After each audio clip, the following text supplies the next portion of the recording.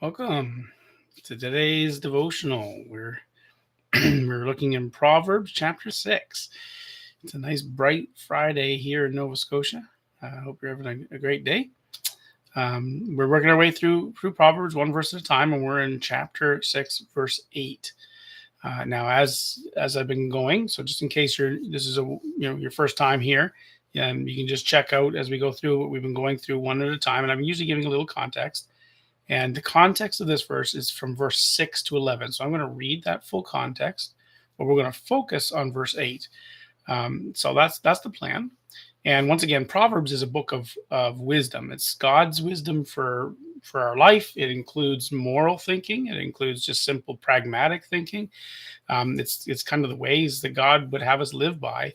And so it's a book of wisdom and how to grow in wisdom. And so this particular section is speaking about this idea of being productive and not being a sluggard, is the word that the New American Standard uses. But let's read it. We'll work it through together. So verse 6 to 11 says this: "Go to the ant, O sluggard, observe her ways and be wise, which, having no chief, officer, or ruler, prepares her food in the summer and gathers her provisions in the harvest. How long will you lie down, O sluggard? When will you rise from your sleep? A little sleep, a little slumber, a little folding of the hands to rest. Your poverty will come in like a vagabond, and your need like an armed man." So this segment, as you can see, it's talking about this idea about the sluggard. It's speaking to the sluggard, the person, and the idea of a sluggard is someone who's lazy, person who just wants to not bother working. They just want to rest. There in verse 10, like I said, a little sleep. It's like the sluggard is saying, I'm just gonna have a little sleep, a little slumber. I'm just gonna fold my hands here and rest for a little bit, and the idea of just being lazy. And so he's speaking against that, and he's using as an example the ant. And he says, which having no chief or officer or ruler. We in our culture, we talk about that big ant in a hive as the queen.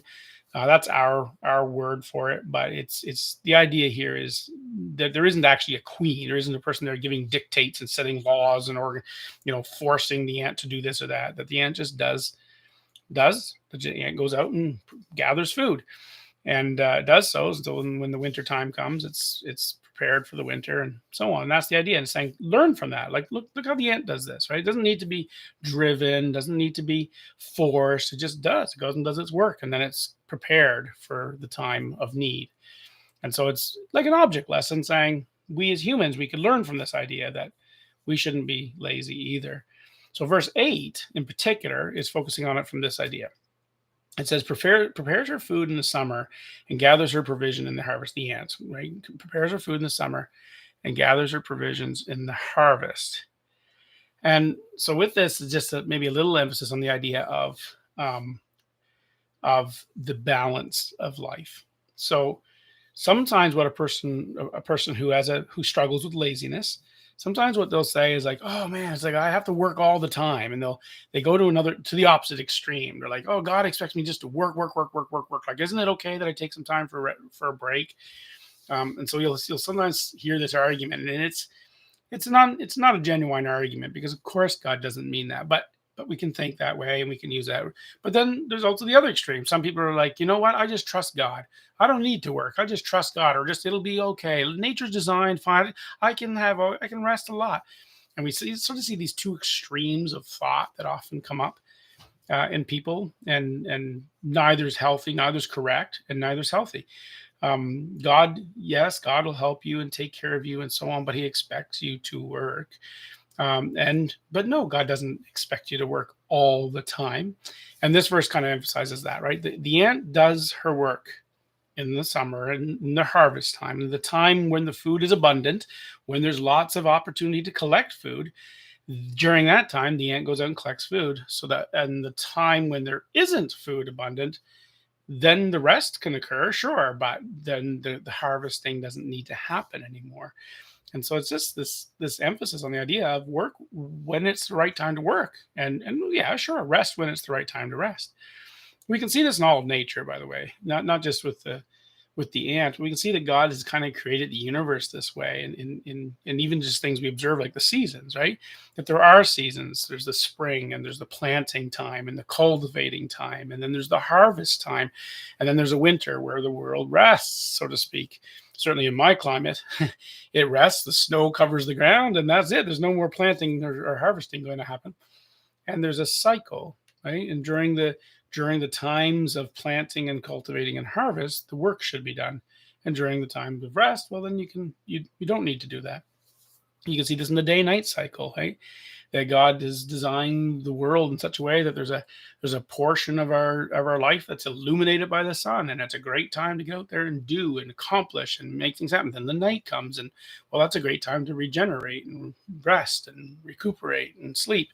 It's just a proper cycle of things. Well, we can even see this in God's commands, like when you think of the Ten Commandments, and one of the commands He gives is the idea of the Sabbath. And the Sabbath, we usually focus on that rest day, right? It's 1 in 7 days, rest day. There should be no work done. And God commands that there should be no work done on that day. Like, don't work. Take the day off. Honor me. Trust me. And so that's right. But it's 1 in 7 days.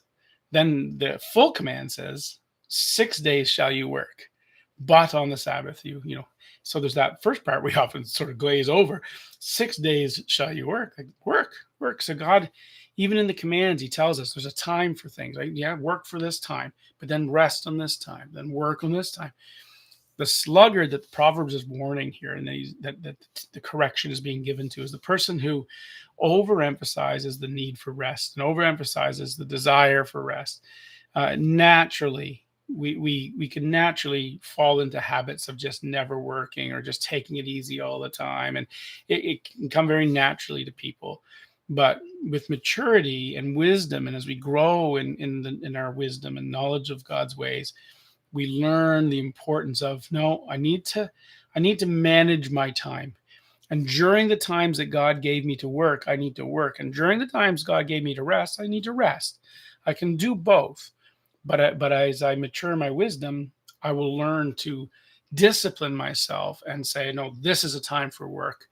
And no, this is a time for rest. And be able to distinguish and be able to properly set those boundaries around myself. Unlike the sluggard, who's always like, well, a little sleep, I'm just going to rest here. I'm just going to, and then it warns in the last verse, well, your poverty is going to come in like a robber and it's going to steal your wealth. And that's the way it is in life. So for our young people, you're growing up. When you're a child and other people take care of most things for you, you can easily fall into habits of just letting everybody else take care of everything for you. But God designed you to become a productive person.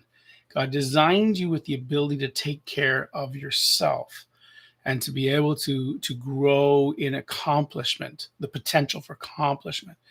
And so one of the things we need to learn, and that's what this is teaching, is learn that. We have to learn that. It doesn't come automatic. You got to learn that. Your parents will help you learn it, hopefully. But if they don't, then nature itself is going to expect it of you. And we really need to learn that. And even if we're older, I'm 50 years old, 51 years old. Still, I find myself struggling sometimes with the lazy streak in my life. And I'm just like, man, I want to just rest. I don't want to, I just can't be bothered. And you just feel this. And in our day and age, with all the technology we have and the social programs we have, you can get tempted to just sort of, surf along in other people's work. And that's not really good. Even if you can get away with it for a time, it's not good. We were designed and made to be productive, to accomplish things, to produce for ourselves and for the world around us. It's a mark of maturity and wisdom. So just to end this off, I want to emphasize this idea.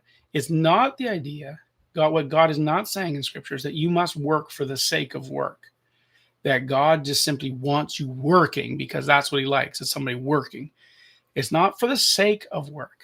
Work isn't the goal. Work is the means.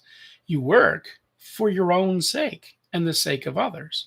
We work because I want to produce food for myself and for my family and for others who are in need. And so God tells us to be people who learn to work in the times of work, not for the sake of work, but for the sake of accomplishment. And we were made for that. Even psychologically, humans thrive better psychologically when they're working.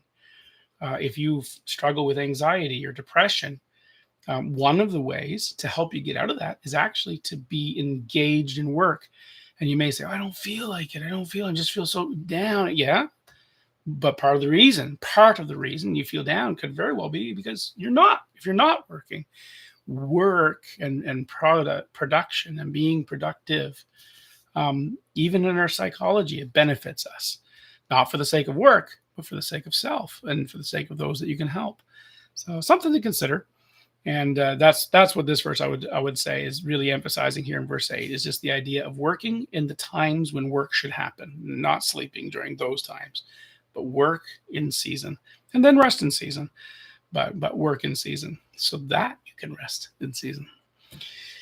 God bless you and God help us to do this. Lord willing, I'll be back on Tuesday and we'll look at verse 9. Have a great weekend.